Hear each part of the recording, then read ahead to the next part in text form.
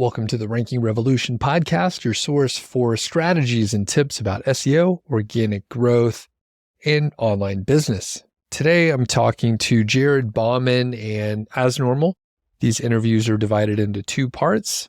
Part one, this specific episode, is a day in the life of running an SEO agency.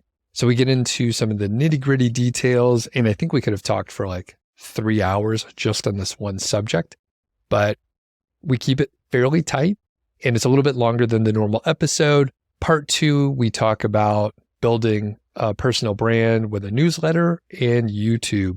So I'm not going to ramble on here. I'm just going to go straight to the episode with Jared.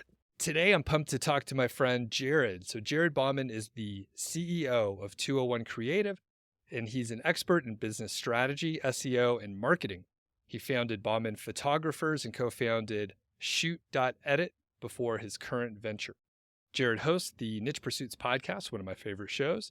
He contributes to Search Engine Land and has authored a best-selling book on public speaking. I didn't realize that, but you gave me a couple tips back in the day about protecting my voice, which I do a poor job at. Oh, that's right. Unfortunately. Yeah. So Jared also has a BS from UC San Diego and over 20 years in business. He's a sought-after speaker and educator in the creative industry. So thanks a lot for joining me today, Jared. How's it going? Very good. Very good, Doug. Good to be here with you. And we're going to go over two main areas today. So one, I want to hear the day in the life of running an agency. And we're going to go through a lot of different areas. I didn't connect with running an agency. I perhaps have a bad attitude and I don't like to work with clients, or I'm not quite sure, some deep-seated thing that I have. But we're going to go over things like time management, prioritization, understanding how to interact with clients so that it works for both you and the client, straight up SEO work, your team management, what your team looks like, business development, and dealing with the challenges that inevitably will pop up. And then in the second part, we're going to talk about weekend growth, which is a side project that you're working on. I've added side project. I don't know where it comes into the priority list. Yeah. But we'll get into the details about that as far as the newsletter and the YouTube channel, which is great. So we'll just jump right into it and talk about sort of what your agency does and give us the landscape, and then we'll dig into some of the other details. Yeah, we started the company about 5 years ago. It started as what we would call a full stack marketing agency. Over the years, it's turned into a company that starts out with clients by primarily focusing on SEO. And then as an agency, we continue to handle the things that clients typically need once SEO starts working. And that's the best way I've found to frame it up. We don't do ads. We did at the beginning, but I find and a lot of agencies do ads, right? They will run paid media and paid ads for companies, but I find that it's very opposite in many ways of what SEO does. And we've just become so specialized in SEO that's basically our bread and butter. It's what we get referred for. But once you get SEO working, once you get traffic coming to your website day in, day out, you do need things like landing page optimization, email funnel creation, and these sorts of services, which we also offer. And this specialization makes perfect sense. I suspect it clarifies your offer and maybe even who the right customers are. Can you talk about that a little bit? Am I on point for simplifying the offer so it's very clear what the client should get when they start working with you? Yes. And it's funny because I'm a big fan of specialization, of almost niching down as far as you possibly can. And I get asked a lot, like, do you guys focus on one type of SEO, say, SEO for a certain type of clientele, maybe a veterinarian? Do you focus on one type, maybe in a specific industry like e-commerce? And the answer to that is no, but mainly because focusing on SEO has been specialized enough for us to continue to get lots of referrals. And so I think you need to kind of niche down as far as you need to. And the further you niche down, the more specialized you can get. For us, being a company that handles SEO and does it in the way we do, which we can get into, I think is what garners the referrals and keeps our traffic coming in. And so, but yes, back to your point, we've become known as a company that can help you out with your SEO and then all the things that come as a result of it as you grow from that. And as you know, SEO can be a great buffer against a company that relies on their ads. And so we can oftentimes work with an ad vendor, and then slowly a company can decide how they want to spend that money as they get SEO, working in equivalent to the way their ads are producing. Do you find that you end up working in an industry because those are the peers that the referrals might come through? So a vet has friends that are vets, and then they end up working with you because of the referral. Yeah, 100%. Like vets are one of the things that we've ended up in. There's nothing about what we do that specializes in veterinarian work, except for the fact that we know a lot about it because we started with one vet. They referred us to another vet. They referred us to another emergency clinic who referred us to another, broad animal doctor, and et cetera, and et cetera. And so now I feel like we know a lot about it. So to some degree, we have some specializations through that, but we don't target it, right? I don't go out there and target and advertise us as a veterinarian SEO company. So yeah, part and parcel. What about the size of the businesses? Does that play a big role?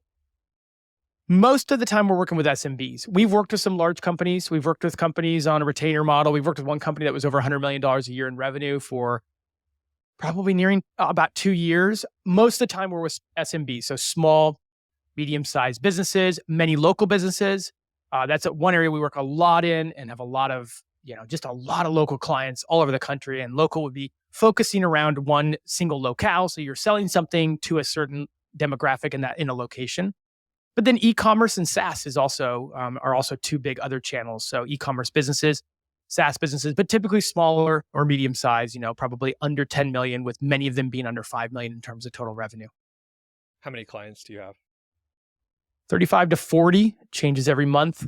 Many are on monthly retainers. Many are kind of one-off clients that we work with in a repeatable fashion. And every once in a while, we just get a client that comes in, orders like a content plan or an audit, and then goes about their merry way. How many years have you been in business with the current iteration, I guess? 5 years this May. So we were official on May of 2019. We did start doing work in 2018, but that was more kind of under the radar, working with personal connections and consulting and building out kind of the agency approach we wanted to have, figuring out how we wanted to do it and that sort of stuff. So official in May of 2019. So officially May of 2024 will be 5 years. You are one of the founders. What is the sort of executive team, or just talk about how the company came together? Yep. I'm one of 2 founders. I own 80% of the company. My business partner, Caitlin, owns the other 20%. She started as an intern at my very first company, which you mentioned, Bauman Photographers. She interned there for almost a year. She came to me at the end of the internship, was like, okay, well, I'm going to be leaving soon. And, I'm graduating college. I need to get a job. And I'm like, whoa, don't go get a job. I want to hire you. And she's like, well, you don't have any positions here. And I'm like, no, but I just started this other company called Shoot.edit. Let's get you hired there. I ended up in the next year or two selling Bauman Photographers and going and spending all my time at Shoot.edit. And Caitlin went from being an operations person to assistant marketer to director of marketing at that company. And then when I left and sold my part of that business to my business partner and started Tool and Creative, she came along and we decided it's probably finally time, third business working together, that she has a little bit of equity in it. All right. That's cool.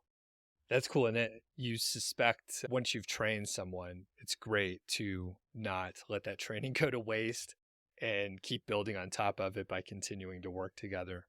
So that's pretty cool.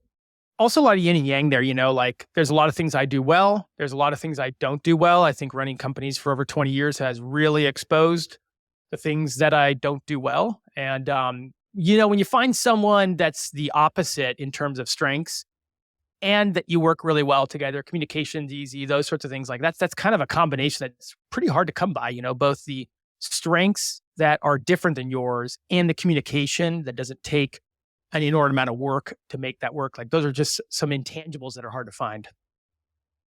All right. So we've laid a pretty good foundation here. Just a couple more follow-up questions before we get into some of the other details. So you and Caitlin. What does the rest of the team look like? If there's any other folks working on it, whether it's freelancers or other full-time folks?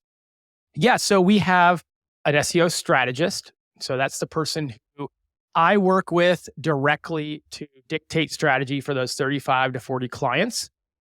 We have several what we call client managers, account managers, whatever you would want to call them. That's the people that interact on a daily, ongoing basis with our clients. We pride ourselves on having really good customer service. That's an area that agencies often will fall short of when you talk to people. And so I do spend a lot of time with clients, which sounds like Doug would drive you nuts, but I spend a lot of time with them along with our account or client managers. But then underneath that, we have, director of operations. We have production managers. We have a PR team. We have a content team and a couple of other smaller teams that do, I guess, a lot of the legwork that are different areas can source out to. We don't outsource much of the work, which we can talk about that as a business model. 95%, some months 100% of our work that we do for clients is all done in-house under our team. So that's also another area that is really hard to maintain. We can talk about those complexities, but also allows us to really control the end product really well. So the two things that we put a big emphasis on is that really, really responsive customer service and then having hyper control of the deliverable. And so those two things work together to kind of make us, I guess, a little bit different, a little bit more unique, or at least that's what our clients tell us. How many people total is that? I was trying to keep count. And of course, there were, it maybe expands and all that stuff. But I mean, that could be 15, 20 people or so. Yep, 20 to 30. 20 would be the core team, whereas when we're up to 30, it's mainly because we're expanding the people that write or are doing something specific for a client. So if we have a client come in, they need a specific, I'm trying to think of a scenario that would make sense, like an attorney. We have attorneys we work with, and we'll need a specific type of attorney to come in and write, review, those kinds of things, or someone who specializes in that field. We'll bring them on for the project, 6 months, 9 months. So 20 to 30 people, 20 core staff, 30 will fluctuate on, an independent consultant basis. And are those folks located in the US as well? Or are they remote? It sounds like you could ramp up and ramp down. So it might be more of a freelancer situation. Everyone's remote. When we started in 2018, we did have a core team in San Diego, which is the area I'm in, 5 of us, but we were remote at that point. I'm the only one left in San Diego, so we're fully remote. Everybody kind of works wherever they want, to some degree, whenever they want. That's the way the setup has basically been from the beginning. Perfect. It is beautiful in San Diego, but it's a little expensive. So I imagine, people potentially can save some money by moving. Quite a bit. Yeah, it is. It's great here, but you highlighted some of the challenges. Beautiful there. I mean, it's a vacation spot. That's why it's expensive to live. Okay. Great. So is there anything else before we get into some other stuff, maybe about the team or history or anything like that? I think we're good to move on, but if I missed anything, all right, perfect. Let's talk about your morning routine. So this kind of gets into the nuts and bolts. I mean, you have a big team, but you do have some lieutenants and a co-founder, and I'm curious about how you sort of start your day or your week, because I know with that number of people, if you have too many interactions, too many communication channels, you literally could just have a full day stuck in email or Slack or whatever you do. So when you start off a week or a day, what does that look like, Jared? Whew, boy, we could be on this for the next couple hours if you want. I am really nerdy about all this. From a high level, I Monday, keep my calendar completely free. Tuesday, Wednesday are heavy on meetings. Thursday is the day that I do podcasts or podcast interviews. Traditionally, Doug, you're the exception today. I noticed that you didn't have a Thursday available. So I grabbed this spot, but typically Thursday would be interview podcast day. And then Friday is task day, days I get tasks and projects done that I need to be working on. As you know, that always ebbs and flows a little bit every week. You can't be super rigid. Case in point here, but that's kind of the attempt. And I think that when you have an attempt like that, I'd say about, the classic 80-20 rule, like 80% of the time, that's how it plays out, with the, odd exceptions here and there. Any questions there you want me to kind of go into each day? That's beautiful. It's actually fairly similar to what I try to do. Like you said, you have to compromise and be flexible when you need to, but overall that's pretty darn close. So that's perfect. Yeah. So let's get into each of the days. Daily, I'm usually at my desk around 5:30 a.m. No, I'm not the cold shower, jump into an ice bath, alarms and all. I'm a natural early riser. And my wife has always joked like I could take the SAT within 10 seconds of waking up. I'm just early. So I like to get I like to hit the ground running and get the tough thinking work done as quickly as possible in the day. So from about 5:30 to 7:30 or so, I'm doing the most important things of the day. I'm doing, I'm working on the little nuances, maybe a specific client issue we've got to overcome, or when I say issue, like a ranking issue, or we're having trouble getting traction somewhere, I need to think about some sort of project. Those are the 2 hours of the day I spend on that kind of stuff, the heavy thinking stuff. I love being in my office. I love having my window here, the sun's starting to come up, the cup of coffee. That's just kind of my zone. I try to get the most important thing done during that point of the day, which I think as a CEO, if the most important thing is answering emails or checking off Asana tasks, then you're kind of have the wrong prioritization, which I've been there before. So I'm hoping to also accomplish the most important thing of the day right then. So by 7:30 a.m., I come out of my office, my kids are up, I go have breakfast, I hang out for a little bit, maybe take them to school, depending on the day of the week and that sort of stuff. 9 a.m. to lunchtime, so 9 a.m. to 11:30 or so, is going to be, again, in a perfect world, external meetings with clients.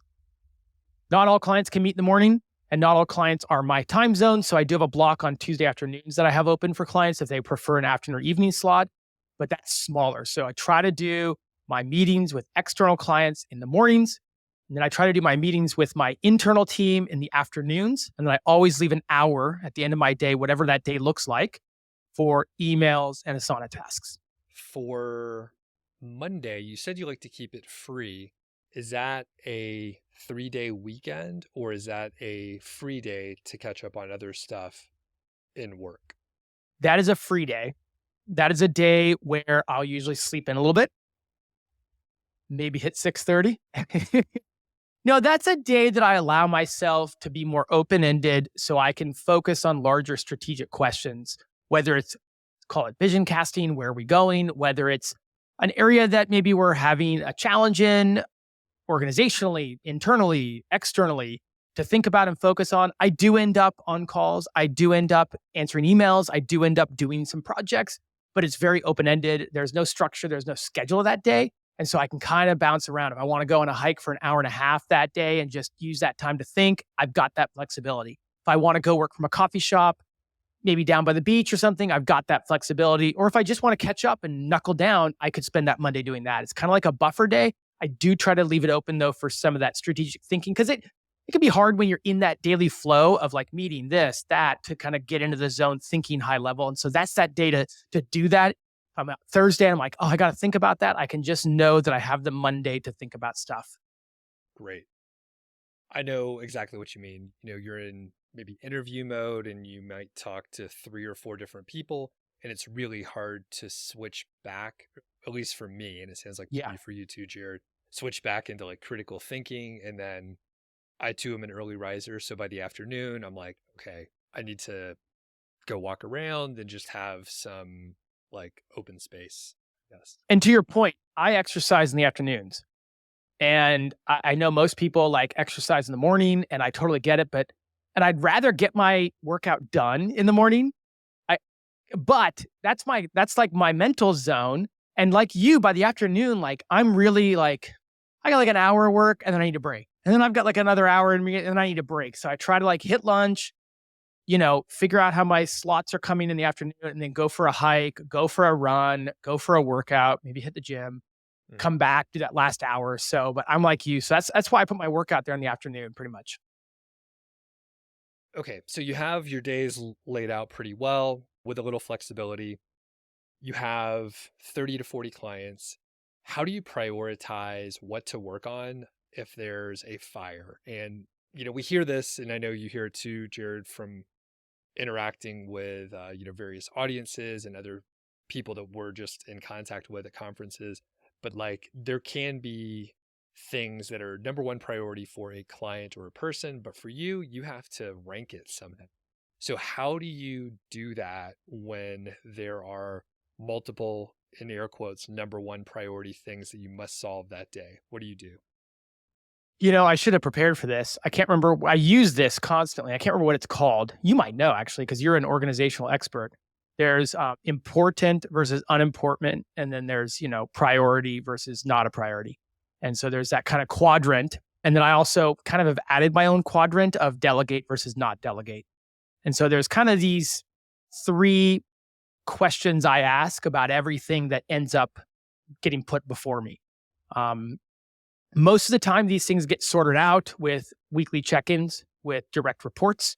And so if you have a team, I really encourage you to not let everybody funnel to you, but to have people to funnel to, and then, try to keep your teams as small as they can, because even if you're not the one running a team of 8, there's a chance that team of 8 might be a lot for someone else to manage. It looks different though, depending on the industry you're in, but I try to have, 2 to 3 direct reports. Obviously, one of them is Caitlin, and she's in charge of all of our operations, which is extensive. So all the stuff that has to get fulfilled every month for the clients, she's in charge of, right? So she's going to funnel a lot of those fires before they get to me. Same with people, the other people that report to me. But I try to look at everything as how important is it? Is it a really big problem that if we don't resolve that problem, it's going to lead to really bad things happening? Or is it a problem that feels bad or that kind of sucks, but really isn't that big of a deal in the grand scheme of things? I look at how urgent it is, right? There are some problems that get surfaced or some issues that get surfaced, and they're definitely something we're going to have to tackle, but it's just not something that has to get tackled today.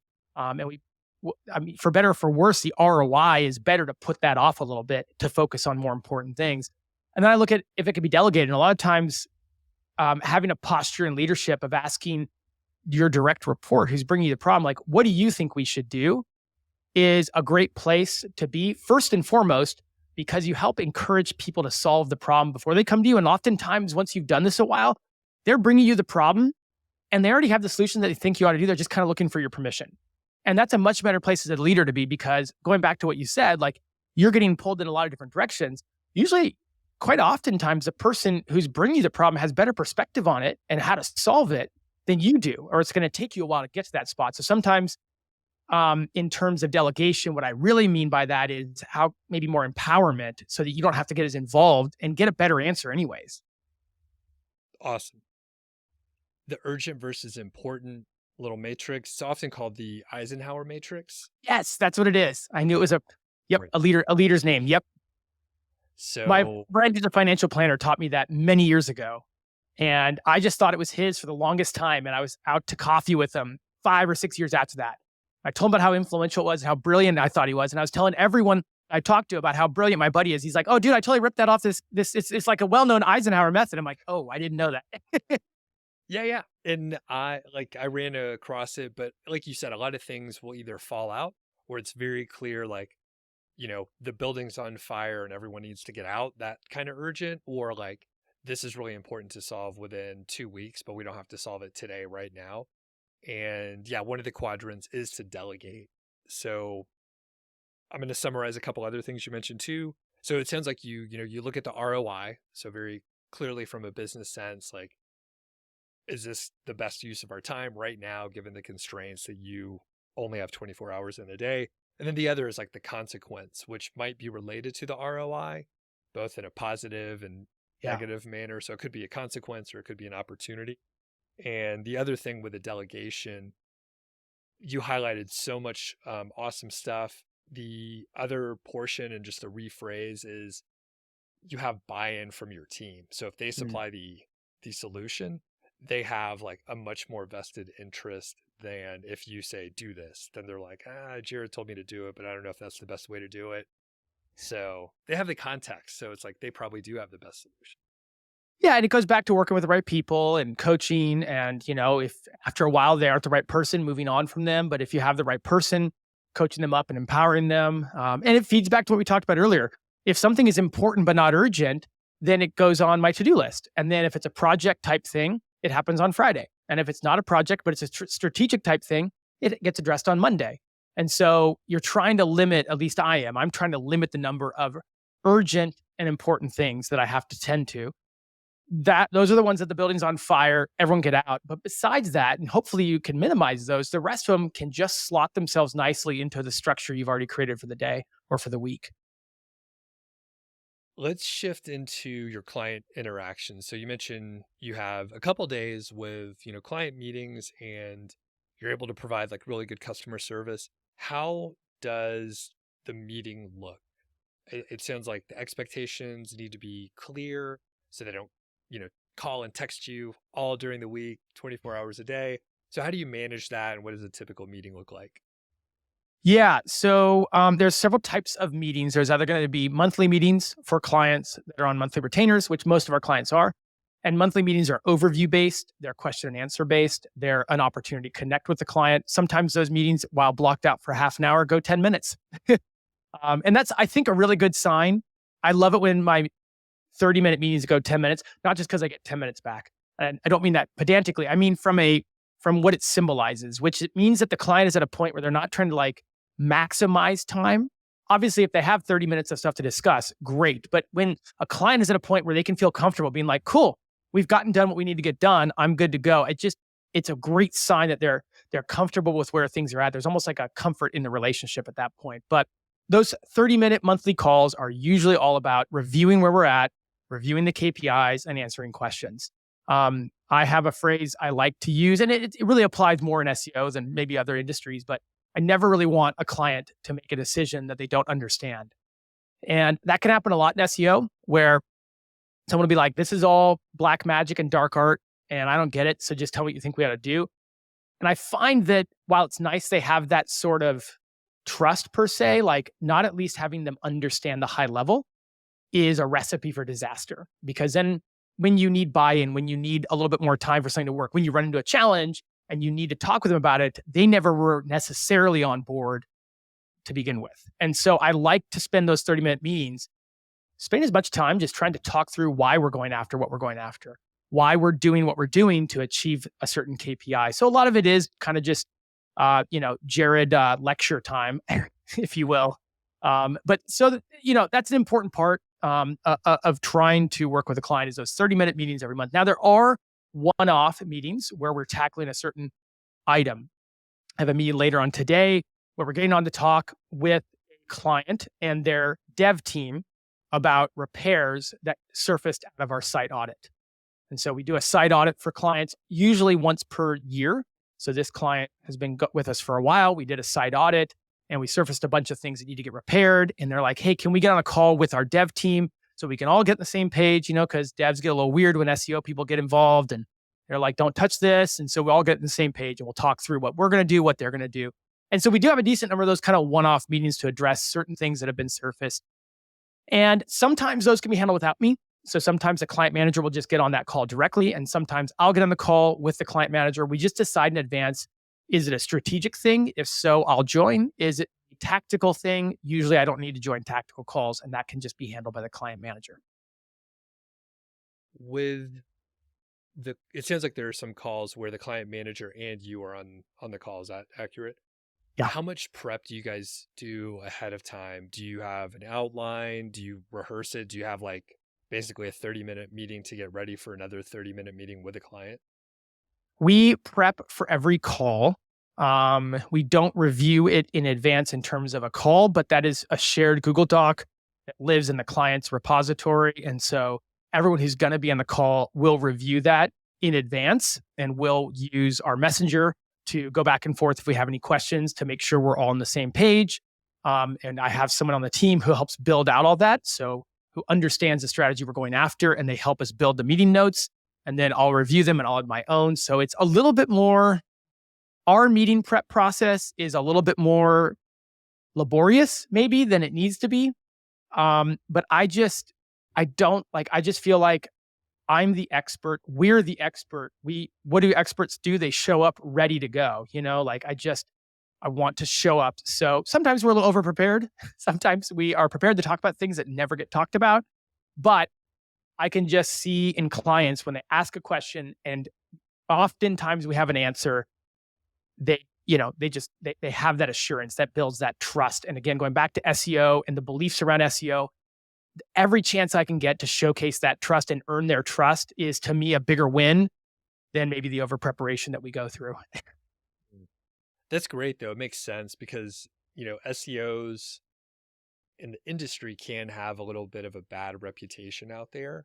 And the preparation that you mentioned is perfect. I come from the consulting world where it was, a lot more money. It was a lot more expensive for the client to have the engagement and paying a team to be there. So like we like rehearsed everything and like really needed to be prepared.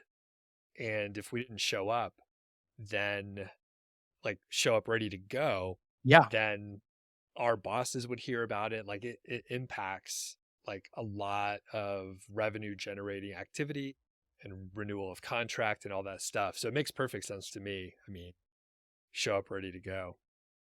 And sometimes, and it also gives me the freedom to be like, on the rare case where we don't know, I'm comfortable saying like, I don't know the answer to that, but we'll research it and I'll get back to you on that. So you kind of give yourself the permission then to, if you don't have it prepared, you can kind of let them know, and they can see that you're pretty well prepared. So they don't have a problem with that response at that point.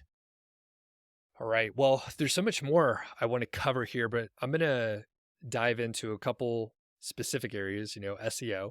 You mentioned you can get into some of the SEO work that the company does. So talk about that, and then I'll have a couple follow-ups, and then hopefully we'll have enough time to transition into the other topic here as well too. But yeah, what's the primary SEO work that you guys are doing?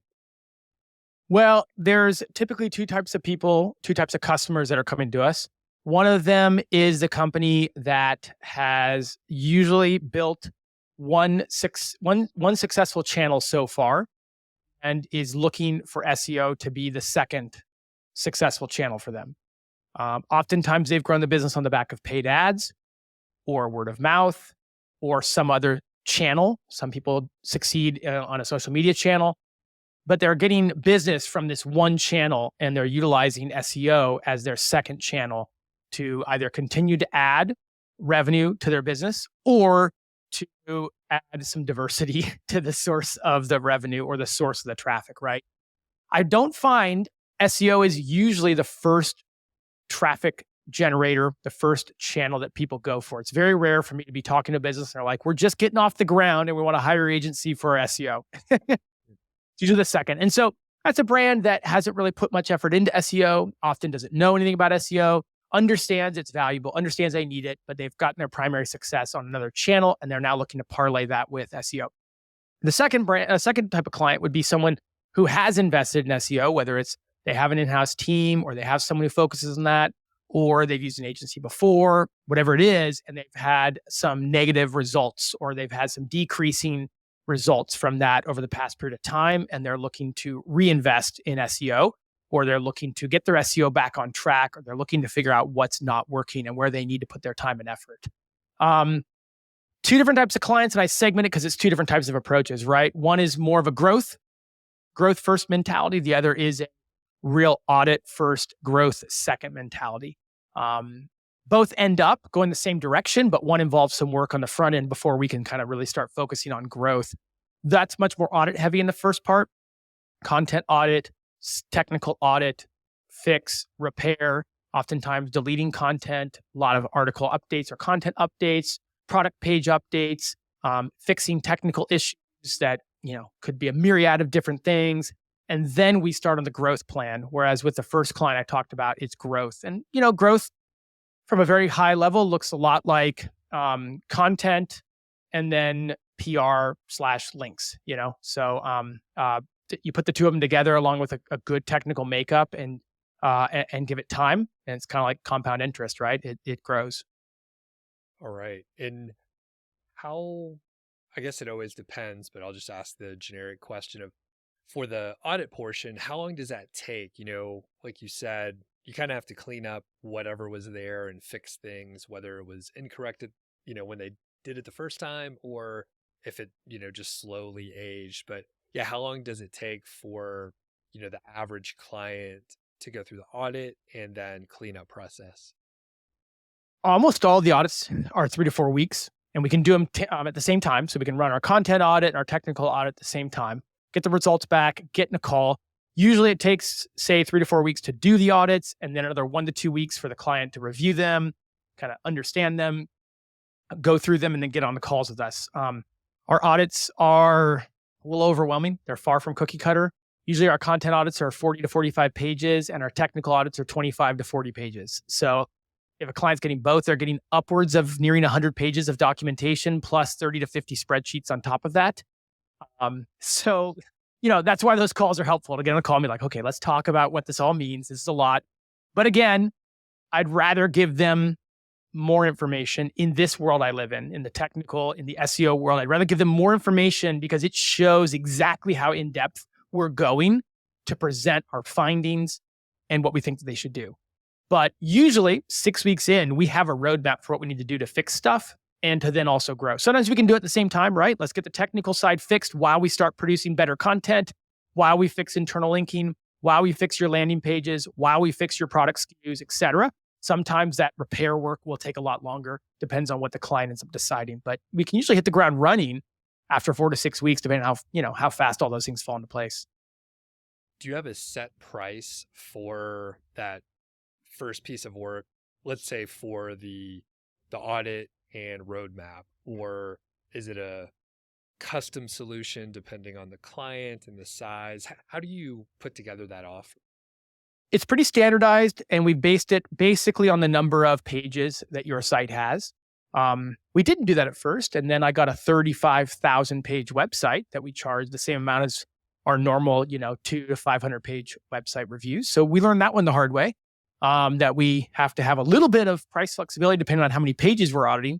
But yeah, there's kind of basically you've got your small business, your local business, right? That's going to have generally under 100 pages on the site. And it's going to make everything from crawling to aggregating the data to kind of formulating reports a lot easier.